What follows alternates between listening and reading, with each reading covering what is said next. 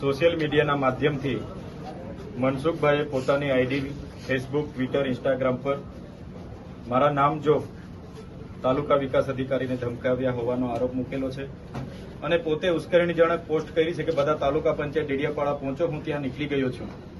પોતે અહીંયા આવીને ડેડિયાપાડામાં માહોલ ગરમ કર્યો છે, ઉશ્કેર્યો છે માહોલને, બધા ભાજપના આગેવાનોને ભેગા કરીને અને ડેડિયાપાડાનો શાંતિનો માહોલ બગાડ્યો છે ગેરકાયદેસર મંડળી બનાવીને.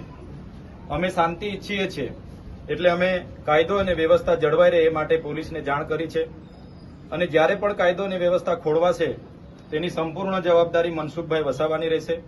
અમે અમારા તરફથી પ્રયાસો કરીએ છીએ કે અમારા જેટલા પણ ચાહકો છે, અમારા કાર્યકરો છે, અમે બધા શાંતિ, બધાને આપના માધ્યમથી બી શાંતિની અપીલ કરું છું. પણ જે રીતે વહીવટી તંત્રએ ભૂતકાળમાં ભાજપના ઇશારે જે ખોટા કેસો ઉભા કર્યા છે એવી જ રીતે આ વખતે ખોટા કેસો ઉભા કરવાની કોશિશ કરશે અને અમને પરેશાન કરવાની કોશિશ કરશે તો આ વખતે સમગ્ર ગુજરાતના લોકો એક થયા છે. આવનાર દિવસોમાં ખોટા કેસો ઉભા થશે તે દિવસે આ જ પોલીસ સ્ટેશનમાં લાખોની સંખ્યામાં ગુજરાતના લોકો ઉપસ્થિત થશે. એની જવાબદારી પણ મનસુખભાઈની રહેશે.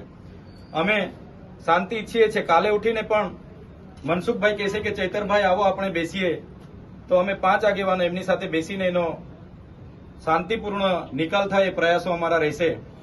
પણ વહીવટી તંત્ર અને પોલીસ હોય કે ભાજપના લોકો હોય એમનો ખોફ જમાવવાની કે રોપ જમાવવાની વાત કરશે તો અમે છેલ્લી પાઈ પર ઉભા છે.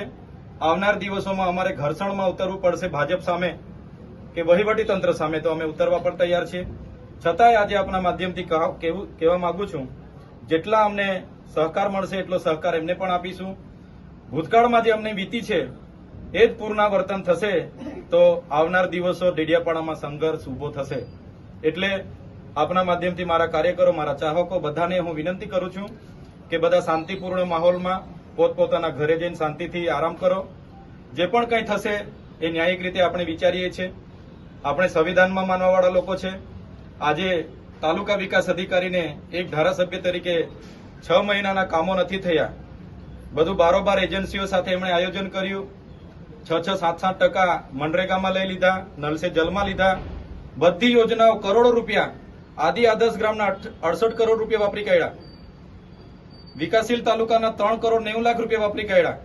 નાણાં પંચના વાપરી કાઢ્યા. તો કેમ તમે એજન્સીઓને અહીંયા લાવીને અમારા ગરીબોના પૈસા વાપરવા બેઠા છો?